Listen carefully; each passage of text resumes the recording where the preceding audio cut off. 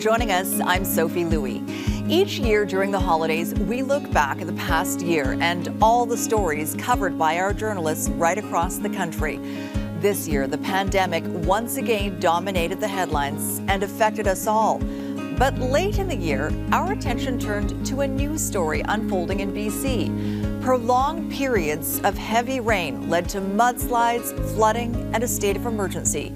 Crews traveling to the hardest hit areas saw the devastation firsthand, as well as the effect it had on those in its path, some of whom were our own journalists. I had my seatbelt on.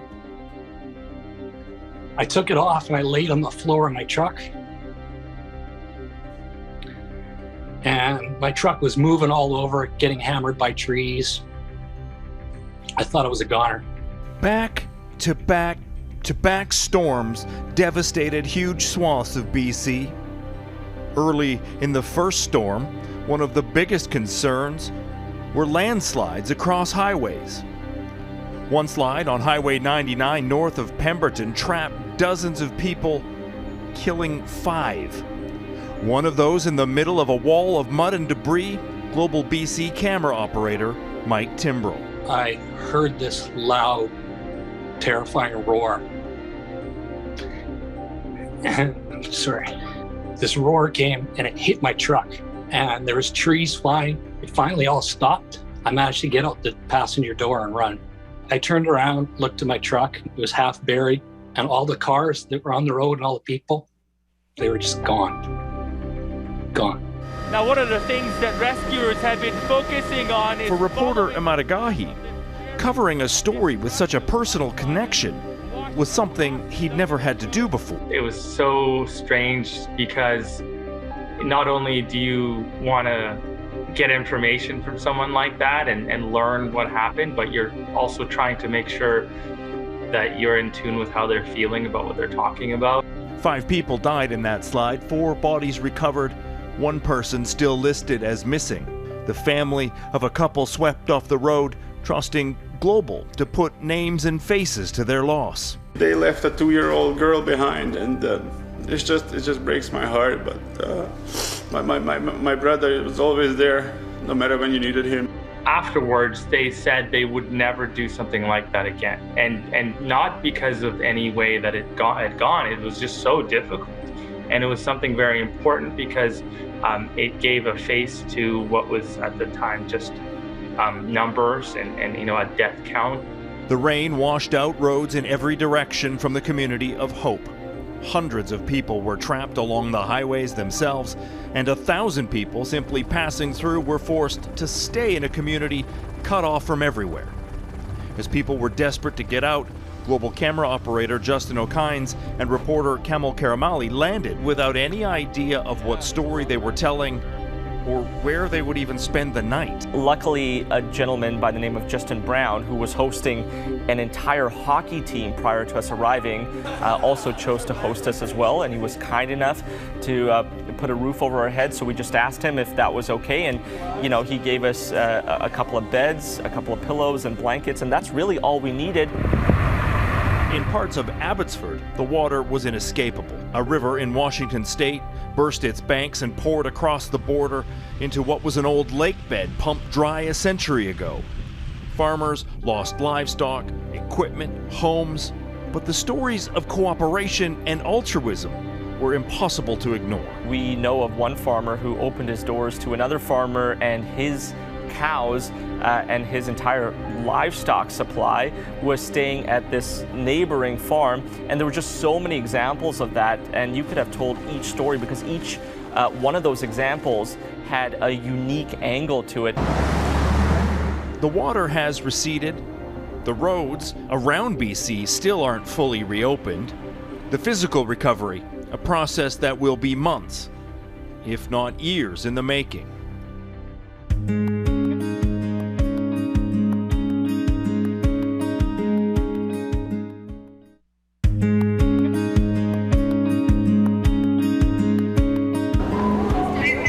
Among all the challenges brought about by the COVID-19 pandemic, you can put travel near the top of the list.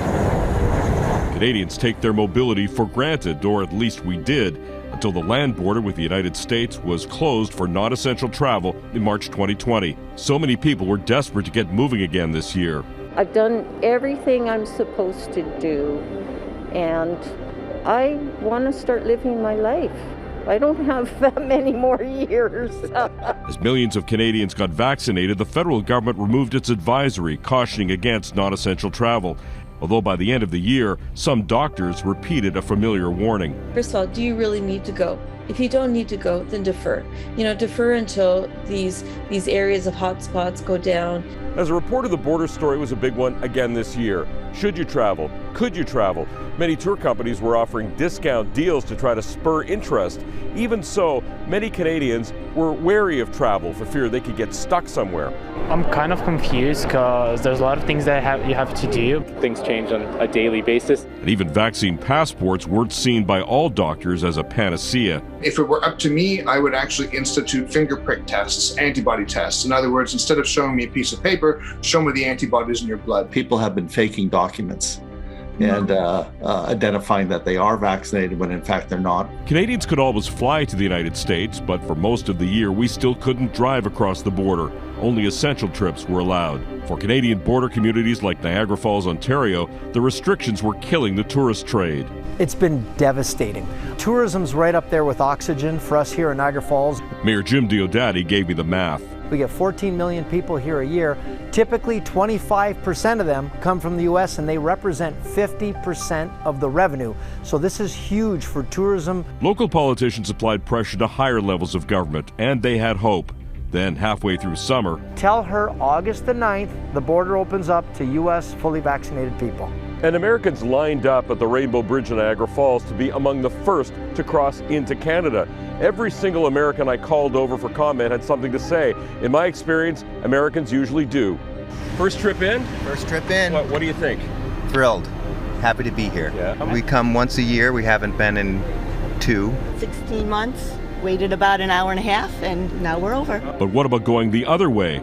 Canadians still couldn't travel into the U.S. That would take 3 more months.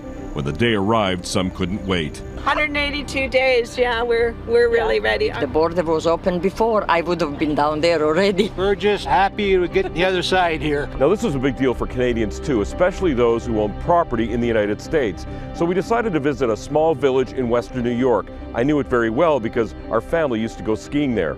Ellicottville, New York, population about 1,500. We arrived the day before the border reopened. First stop, for work purposes, Fitterty's Tap Room.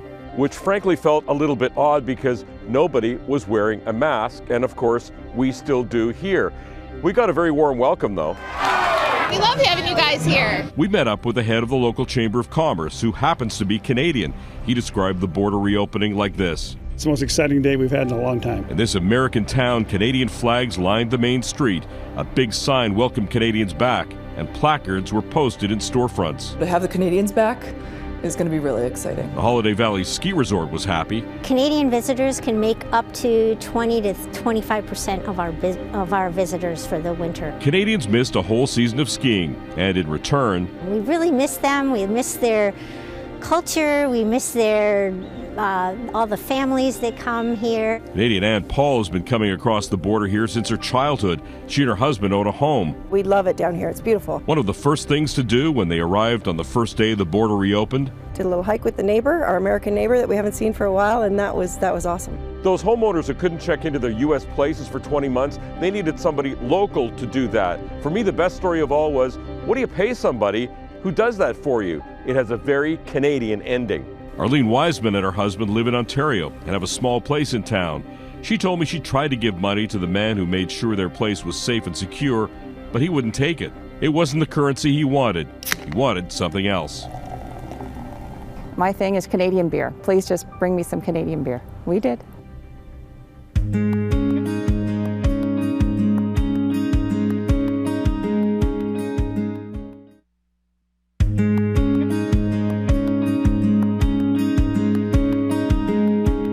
was on the horizon in Alberta. The mayors of the province's biggest cities were stepping aside, and history was about to be made in more ways than one on election night. Well, leading up to the vote, the race for Calgary's top job, pretty crowded, 27 candidates running for mayor. In Edmonton, a much smaller field, only 11 candidates running for that city's top job. Good evening to you candidates. A number of virtual debates solidified what the polls were showing, a two-horse race in each city. This campaign didn't really begin until after September's federal election. That took up a lot of attention and a lot of space, and people already had election fatigue.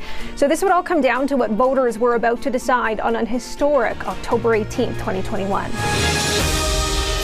Good evening, and thanks for joining us for our Decision Edmonton Election Special. I mean, election night always is such an exciting night here at Global, and especially for a journalist. You know, you are really witnessing history being made. Polls, as we said, are now closed. Polls closed at 8 p.m. and it took just over an hour for the declarations to begin. And our Global News Decision desk is declaring. At 9:06 p.m., Global Calgary declared Jyoti Gondek the winner. 37th mayor, the first female mayor in the city of Calgary. Just 1 minute later, at 9:07 p.m. in Edmonton, more history is made with that city declaring its first South Asian mayor. Global News is projecting that Amarjeet Sohi will be Edmonton's next mayor. Jyoti and Amarjeet are very aligned when it comes to their principles. They talk climate change, they talk transit, they talk those sort of more progressive issues. So it's going to be interesting to see how they do work together. Well, I was down at the Jyoti Gondek campaign headquarters on election night. The one-time city councillor of Punjabi descent, her name actually means light in Punjabi, gave a heartfelt victory speech. And in Edmonton, former city councillor and Liberal MP Amarjeet Sohi spoke about his journey from being born in India to winning the mayor's chair in Edmonton. My heart is full at the thought of how much love and support I have received, not only from the day I announced, but all the way up to today. We have made the impossible possible. We committed to run a positive, optimistic, and inspiring campaign.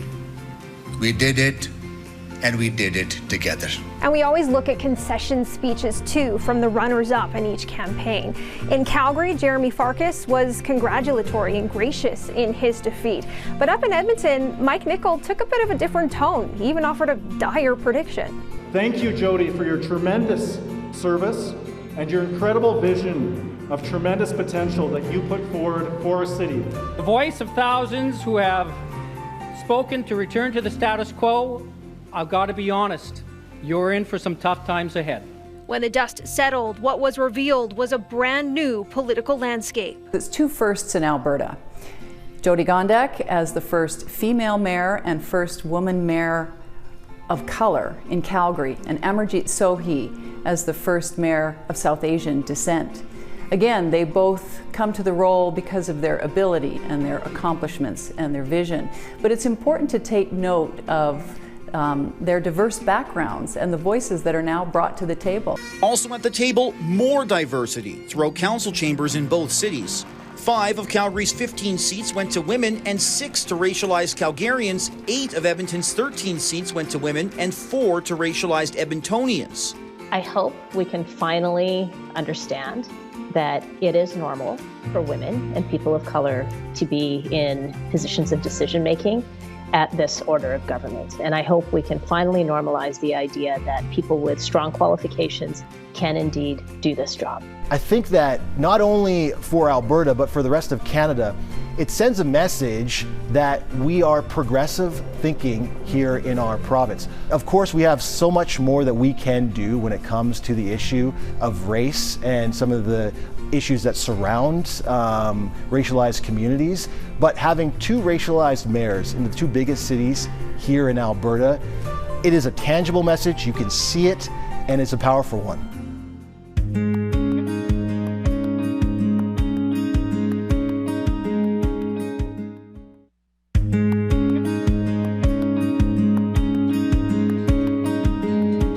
Going to be a good story and a wholesome story. And the minute I saw it, I said, I have to send this off to the assignment desk because we have to cover this story right away. It's going to go viral. Sometimes I think about driving by on my way home just to see if the hoop's out and if they're out playing. Outside of his North Edmonton home, Anthony Mobike can be seen dribbling every day, sometimes hours at a time. I'm just dribbling my driveway. That's all the 14-year-old did because he didn't have a net to shoot at, and the neighbors noticed. We were all feeling the weight of this pandemic, and when things didn't feel right, this story made it feel hopeful again. I come outside and then I see like a man I barely ever see, like ever. So like, and then he's just like, hey, you like playing basketball? I'm like, yes.